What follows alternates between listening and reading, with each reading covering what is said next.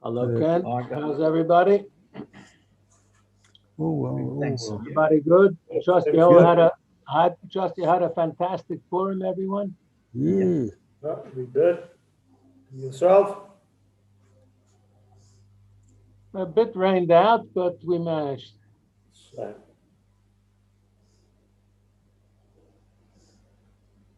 Hello, Ken. How's everybody? Hello. Everybody good? Trust you all had a fantastic Purim, everyone. Yep, all good.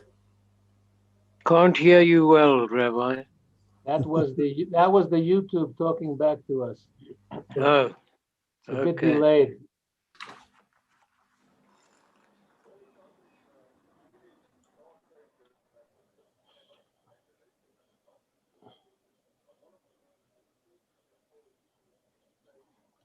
I don't know. Something's going wrong with the YouTube today. Don't know what it is, but it's giving me a bit of grief. But if it doesn't work, then it doesn't work. We have to get started. A lot of ground to cover.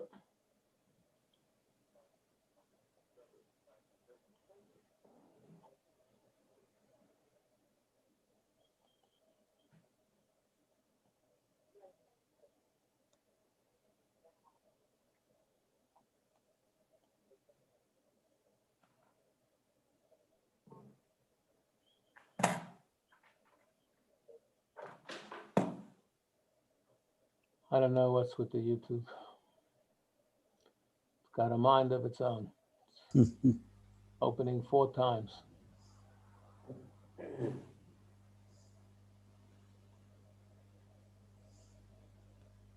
I think we might all be on Zoom. I understand.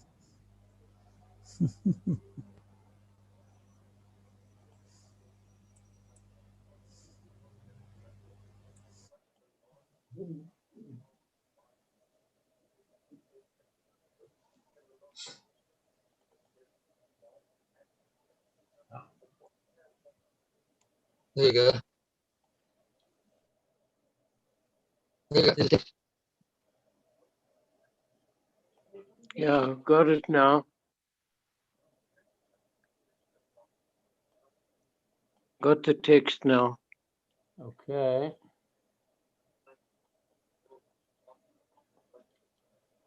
So, participants 8. We're waiting for a minion. No, I don't think we're going to wait. No. Okay. Chapter 4, Gerushin, Gittin, laws of divorce. Okay, we did marriage. Unfortunately, all too often after marriage comes divorce. So, some interesting laws here. Some are quite technical, but a lot about the kashrut of a get, the technical halachic requirements, both in terms of the writing and the type of material that it is written on, and also in, sorry,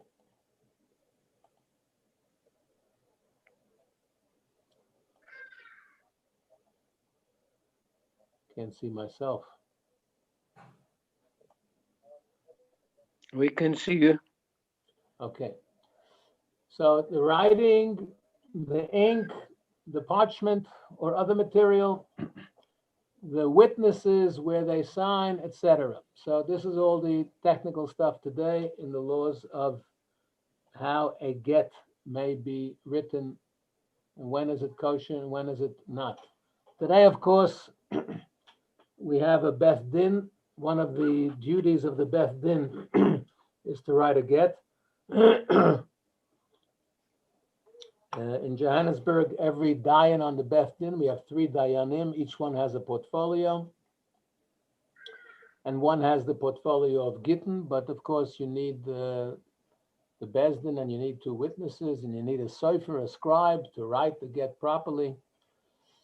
Let's get moving. So, ein koisvenes a get elabedova sherishume oimed. A get may be written only with a substance that leaves a permanent impression. Proper ink. He gives different kinds of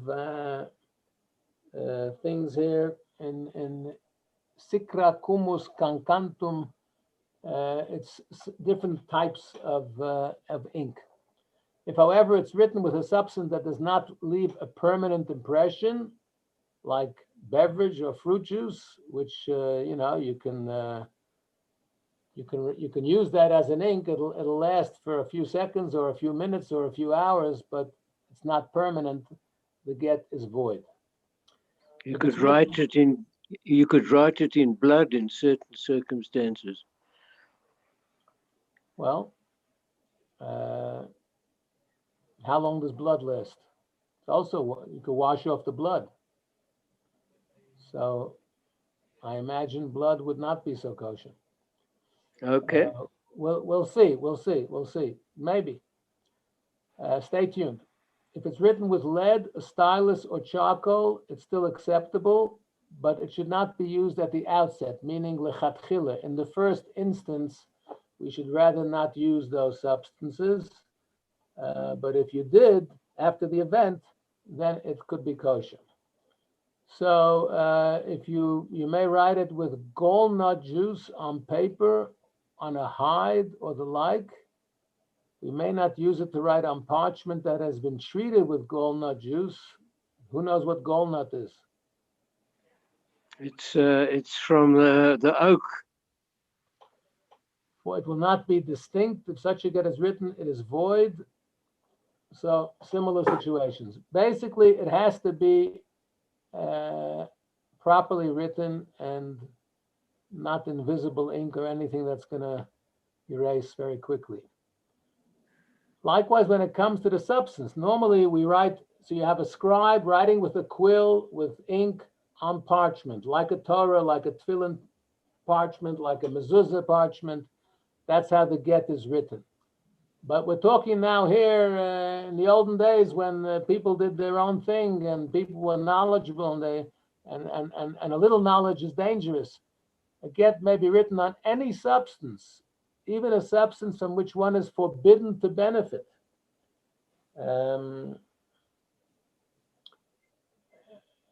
What is forbidden to benefit?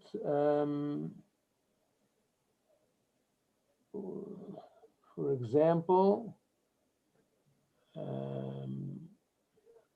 can't get to the footnotes, but there are certain materials that you're not allowed to derive any benefit from, like milk and meat, etc. So if it's such a substance, it's still kosher. You may write a get on a substance on which an erasure would not be noticed. In other words, let's say you erased it. The whole idea is with ink, if you erase the ink, it's going to leave a mark. I've had this many times. No matter how well you erase it, if you look carefully, you'll see there was an erasure here and then they wrote over it. So right away, they're going to think there's a mistake. There was some hanky-panky here. Somebody was tampering. There's some fraud. But nonetheless, he says it may be written on a substance on which an erasure would not be noticed, provided it's given to the woman in the presence of witnesses who observe the transfer. So have you learned that the husband has to hand it to the woman by hand, the get? Have you learned that already? Yeah. You have, okay. Of course, it doesn't have to be, and in many cases today, it doesn't happen directly because they're not on speaking terms. And the get, unfortunately, is not an amicable divorce. There's two warring factions in many cases, tragically, and they don't want to look at each other. So the Beth Din has the option of doing it by proxy. The husband appoints an agent to give it to her on his behalf. So we need two witnesses to testify that so there's witnesses who sign the get. There could be other witnesses who present the get to the woman. Number 3, If a get is written on paper with erasures, on parchment that has not been fully processed, on a shard, on leaves, on the arm of a servant, on the horn of a cow. Can you believe that? It is still acceptable. It's acceptable, but he has to give it to her. So the cow can't stay on the ranch. He has to give her the cow. It's acceptable provided the husband gives his wife, the servant, the cow, the paper, the parchment, or whatever it is in the presence of witnesses. So could you write a get on the horn of a cow? Technically, the answer is yes. I don't know if it's ever happened in history, but halachically, theoretically, it's possible to do, provided that he actually gives her the cow, like he has to give her the get. Here's another interesting one. Tattoos are very popular today, unfortunately. It's biblically prohibited for a Jew to have a tattoo. We should try and discourage people from having tattoos. My son gave me the greatest line I ever heard about it, why not to have a tattoo. He said, the reason I don't have a tattoo on my body is the same reason I don't have a bumper sticker on my Ferrari.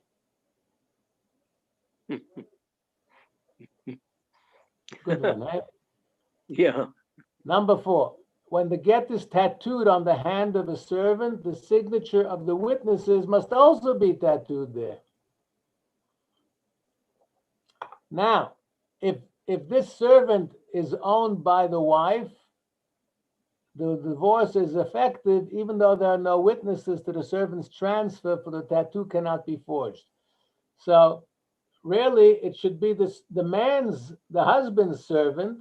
He has the get tattooed onto his arm, and then he gives her the servant. Now he's yours. So even if we know that it was her servant, so how could he give her something that she already owns? I'm talking in the olden days when there was slavery. So because if the husband was able to tattoo this whole thing on the guy's arm, obviously it belonged to him. So she must have given the husband, the servant, to do the tattoo on him so she could get a get. Let's move to 5. If it's engraved on a tablet with a stylus signed by witnesses, and he gives the tablet to the woman, it's effective. Even if we know that she used to own this, but we're assuming through the witnesses that she gave it to him and he now gave it to her. As far as when a get is engraved on a board, a stone, or a metal plate, if the scribe engraved the form of the letters, it's acceptable. So engraving is normally it's ink on parchment, which is writing, but engraving without ink is also acceptable. Let's go to 7. I'm sorry, I have to go quickly because there's about 25 halachas today. If one etches out the shape of letters on a hide or sketches the form of letters, it's still acceptable. It may be written with any letters and in any language. Interesting. It's not the way we do it today, but by Torah law, that would have been permissible. A get that is written with the letter, yeah. So if the get is written in one language and the witness is signed with the letters, the vocabulary, the alphabet of another language, it's still acceptable, provided the witnesses understand the language of the get. If it's in Chinese and they can't read Chinese, then there's no point in them signing. What are they signing? It might say there that he has her verpakt, or he's giving her 3 cents. It might not be in the correct language of a get. So that witnesses have to be able to understand what they're signing. If different witnesses signed in different languages, it's still acceptable. But if a portion of the get is in one language, another portion in another language, it's unacceptable. Number 9, regardless of the language in which a get is written, the scribe must be careful that the wording of the get does not allow for two meanings, okay? So if you're doing the normal Aramaic language that is traditional, that we've had for many centuries now, and there's nothing to discuss. But if you're going by Torah law and you're using a different language, now your choice of words is very, very important, because sometimes words can mean different things, right? What's the word? There's synonyms, there's homonyms, and what is the word when you have a word which can mean two different things? It's spelled the same way. Is that a homonym? Palindrome. Isn't Palindrome? No, it? Oh, I don't think so. I think it's a homonym. I think it's a homonym. So you have to be careful that the get is absolutely clear and decisive in the meaning, what it means, which is that this has to be a full divorce, that he is cutting his ties with her completely, and that she's going to be allowed to remarry another person, another man. So there should be no doubt whatsoever of what the language is. Number 10. Similarly, the penmanship, the scribe has to write clearly. Now, I don't know, have you ever been in shul and the Torah reader has a problem with one of the letters or one of the words? He's worried that it's not kosher, that there's something wrong, that there was a mistake. Have you seen that? And then sometimes they call the rabbi to make a judgment call and to see if it's kosher. Have you seen that? Every now and then, happens a couple of times a year. I get called up to the bima to see if the Torah is kosher. The Baal Kodesh, the reader, is worried about it.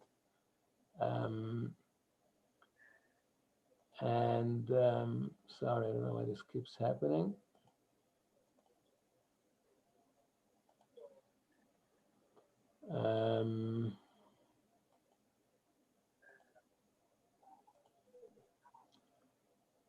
My apologies. Okay, there we go. So sometimes in the halacha it says when you have to determine if a letter in a Sefer Torah is written correctly or incorrectly, the way of establishing the halacha is you call a young child up to the bimah, to the Torah, a child who can obviously read Hebrew. He shouldn't be too clever and he shouldn't be too foolish. He should be an average child who could read. And you ask him, what is this letter? And if he gives the right answer, then it's kosher. If he gives the wrong answer, that means this letter does not look like the letter it's supposed to look, because we asked an objective child, and that's a good criterion, a rule of thumb, whether the letter is correct. So similarly here, number 10 says, children who are not overly bright or overly slow, of average intelligence, should be able to read it. Should not be crooked or incoherent. It should be, the penmanship should be clear. 11. If the wording of a get, remember, this is if we're not using our traditional Aramaic text, the guy is using his own text, he's writing it in English, and he's trying to do it kosher. We said it could be done in any language, theoretically, but if the wording has two implications, or the writing is crooked or incoherent, that it could be understood differently from the proper meaning, then it is a problem. Now, although it is permissible to write in any language, as we've said, it has nonetheless become universal Jewish practice to write the gittin, which is the plural of get, in Aramaic, which is the language of the Talmud. And here is the official text of a get today. B'kach b'Shabbos, on this and this date of the week, on this and this day of the month, and this year from creation, which is the same as Ketubah begins also. or according to the chronology employed for legal documents. Sometimes say in the olden days, in the 3rd year of King Achashverosh's reign or something. And then they say in this place, yeah, in Johannesburg, or New York, or Yerushalayim, or wherever it might be. And you have to know how to spell the name. You know, there's a correct halachic way of spelling Johannesburg. And we carry on. I, meaning the husband's name and his father, yeah. I, Yosef ben Shimon, or whatever, from this and this city. And you add whatever names or nicknames he's known by, because it has to be absolutely clear who we are talking about. You'll learn probably in the next few days, you'll learn what happens if there's 2 guys who have the same name and the same father's name. The halacha, the Gemara actually uses my names, interestingly. Yosef ben Shimon. That's the example the Gemara is given, the Rambam gives. There's 2 guys named Yosef ben Shimon, and two women named Chana bas Rivka, whatever. Yeah, so and they're both in the same shtetl. So how do we know who's divorced? This lady will have a divorce and she'll want to remarry. So, well, how do I know it's you? Maybe it's the other lady who has the same name and her husband has the same name. So then we would add the grandfather. You learn that. So here we say whatever other names, AKA, right? What is AKA? Also known as. So if my legal name is Joseph Isaac, but I'm AKA Yossi, so that would theoretically be put in a get as well.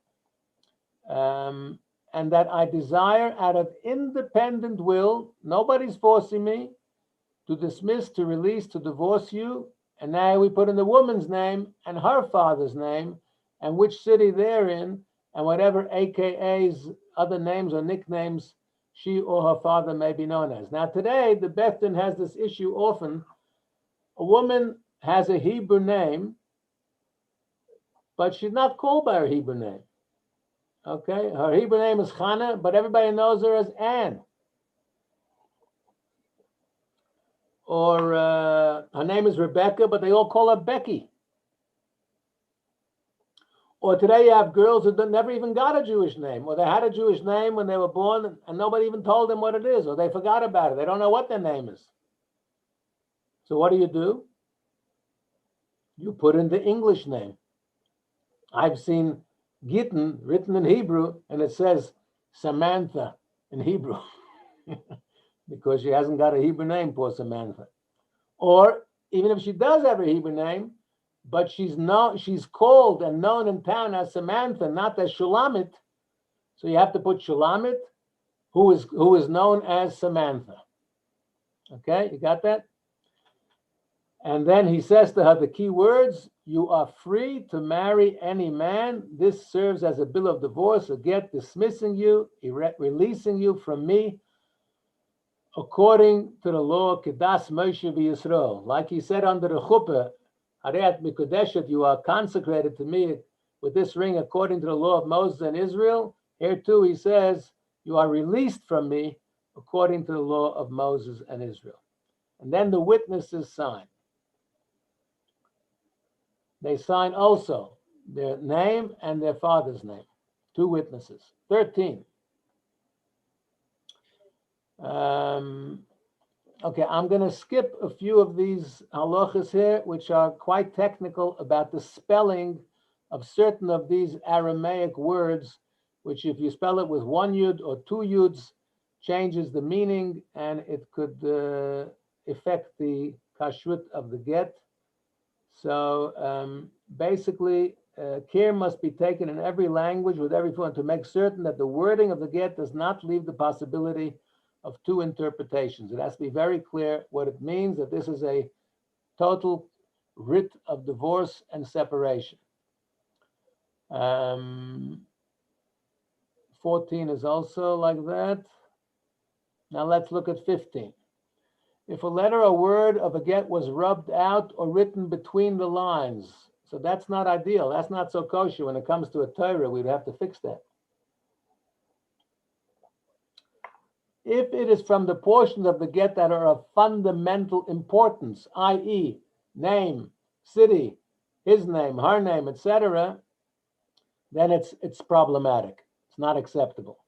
But if it's at the end, sort of in the language where he speaks about the, sort of the standard form that applies in every get, rather than this unique part of this get with the names in place, then it could still be kosher.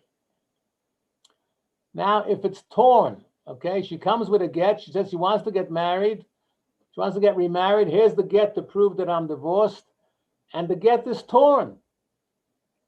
How do I know this is a kosher get? Maybe the rabbis who wrote it tore it up because the guy changed his mind, or they reconciled, and now she's using this old, invalidated, torn get to try and remarry.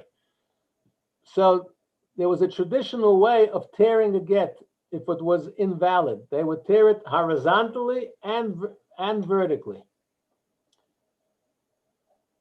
If it's torn like that, we won't accept it. But if it's torn in any other way, then we'll assume it's just wear and tear. 16, if the words have faded, it's become rotted or filled with holes, it's still kosher. If it can be read. If it can't be read, it's not kosher. But it has to be witnesses who signed on it.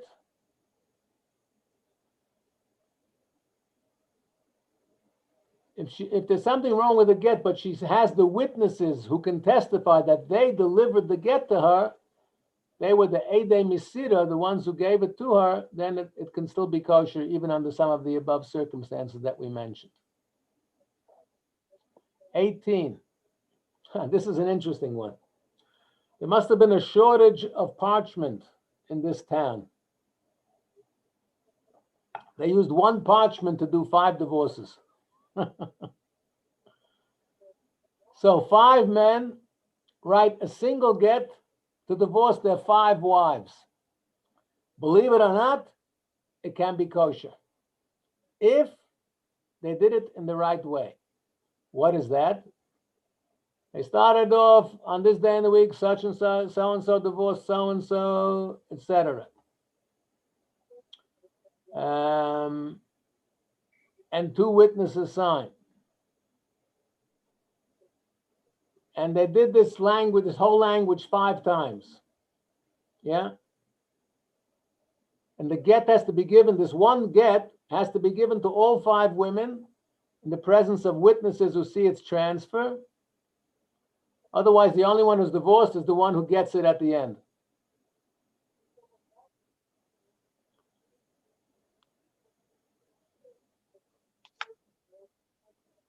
Now he talks about different technicalities.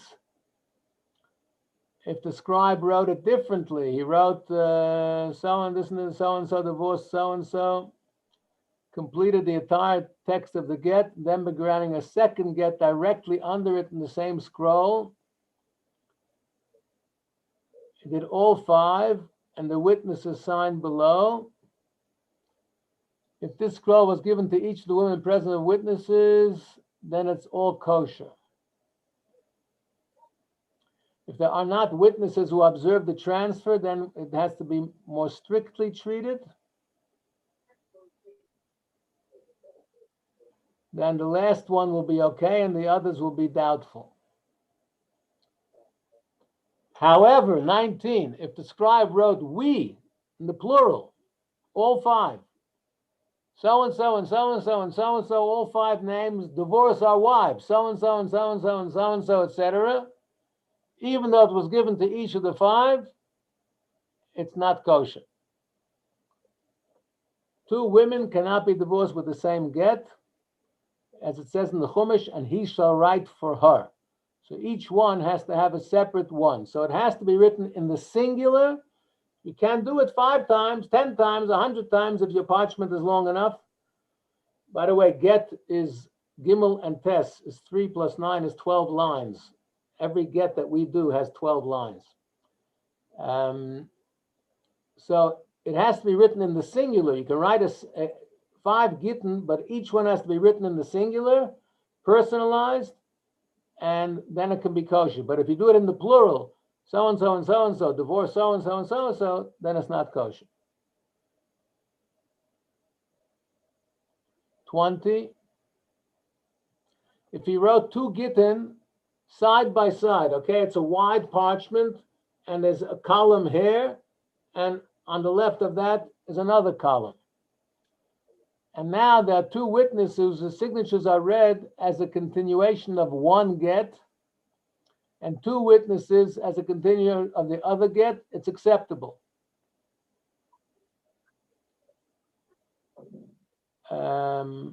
21. So there you have 2 witnesses for each column, for each get. What if there's 2 columns, 2 gets, 2 gittin on different columns, but only one set of 2 witnesses on the bottom in the middle? If they signed across the width of both gittin, it's valid only when the scroll is in the possession of the woman under whose get the signatures appear.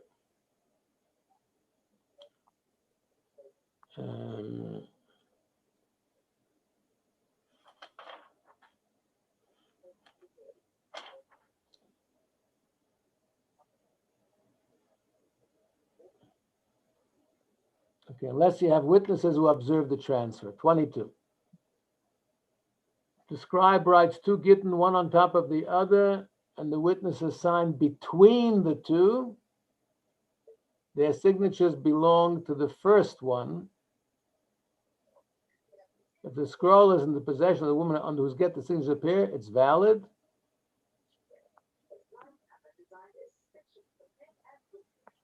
So it'll only be where we see that the witness is signed for that particular woman.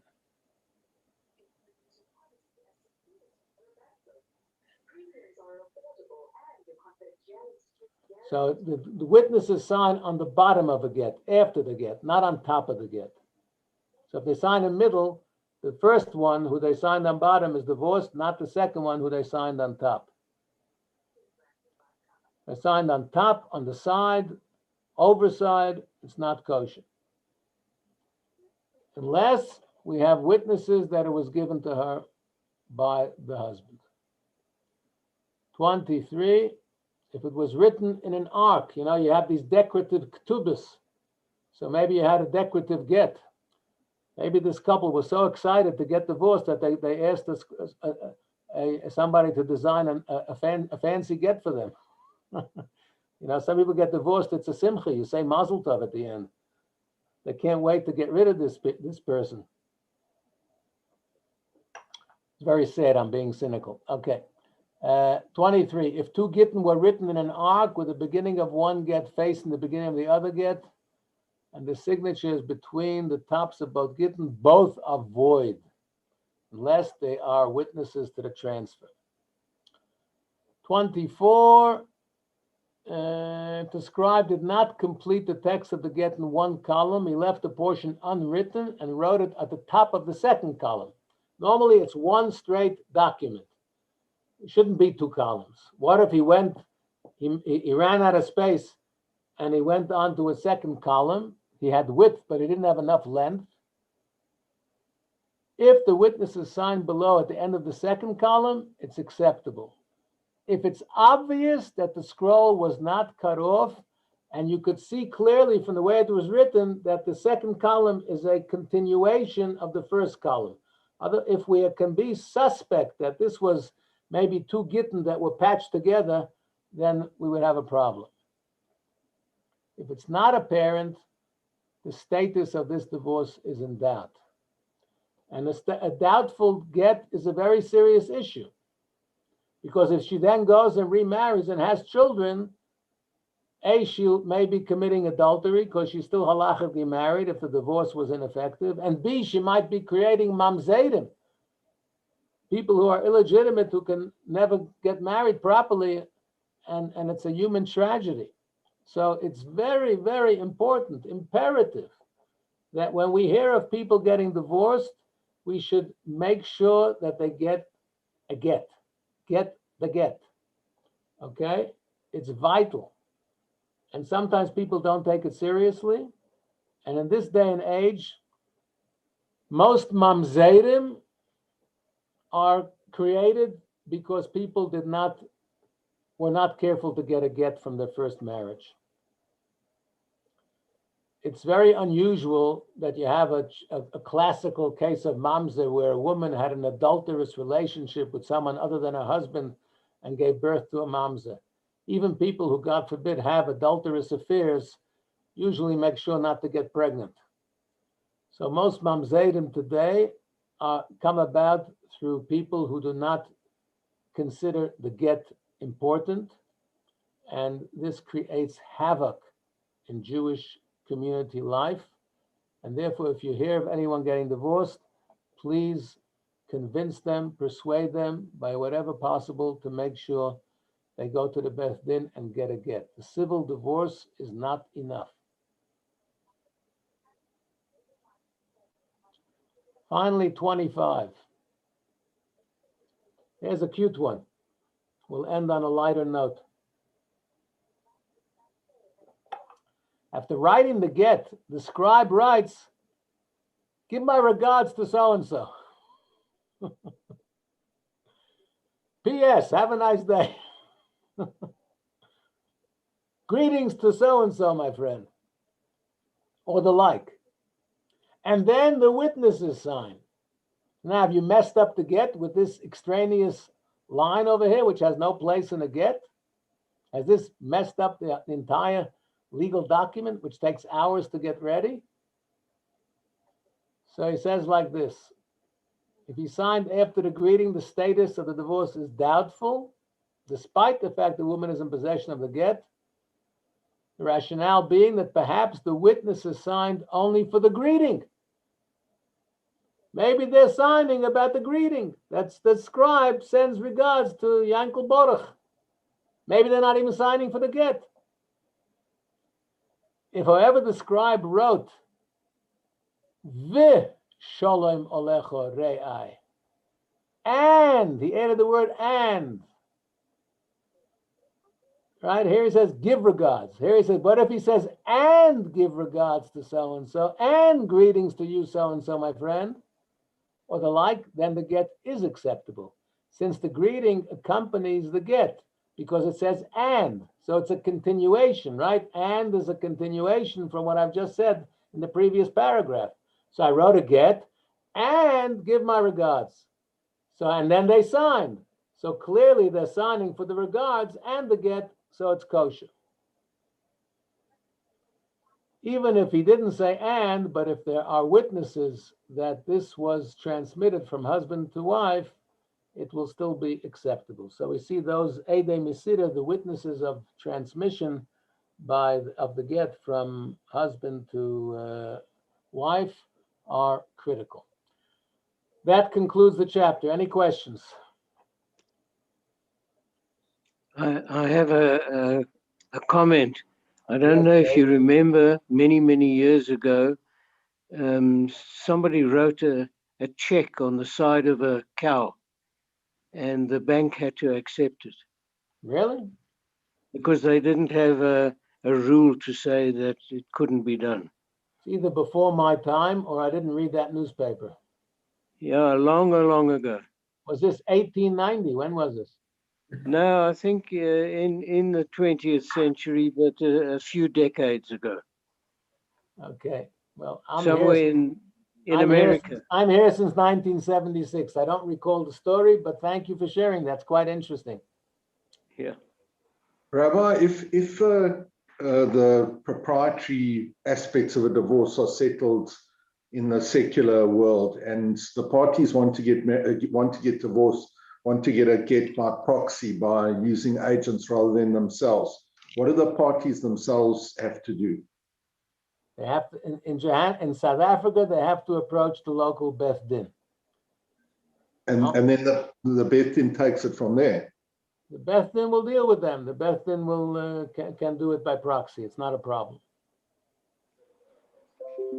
the husband may have to present himself, but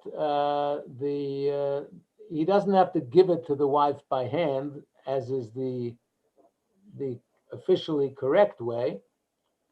It says he shall put in her hand the writ of severance. That's the Torah language. But the halacha is that he doesn't have to do it himself. He can do it via an agent.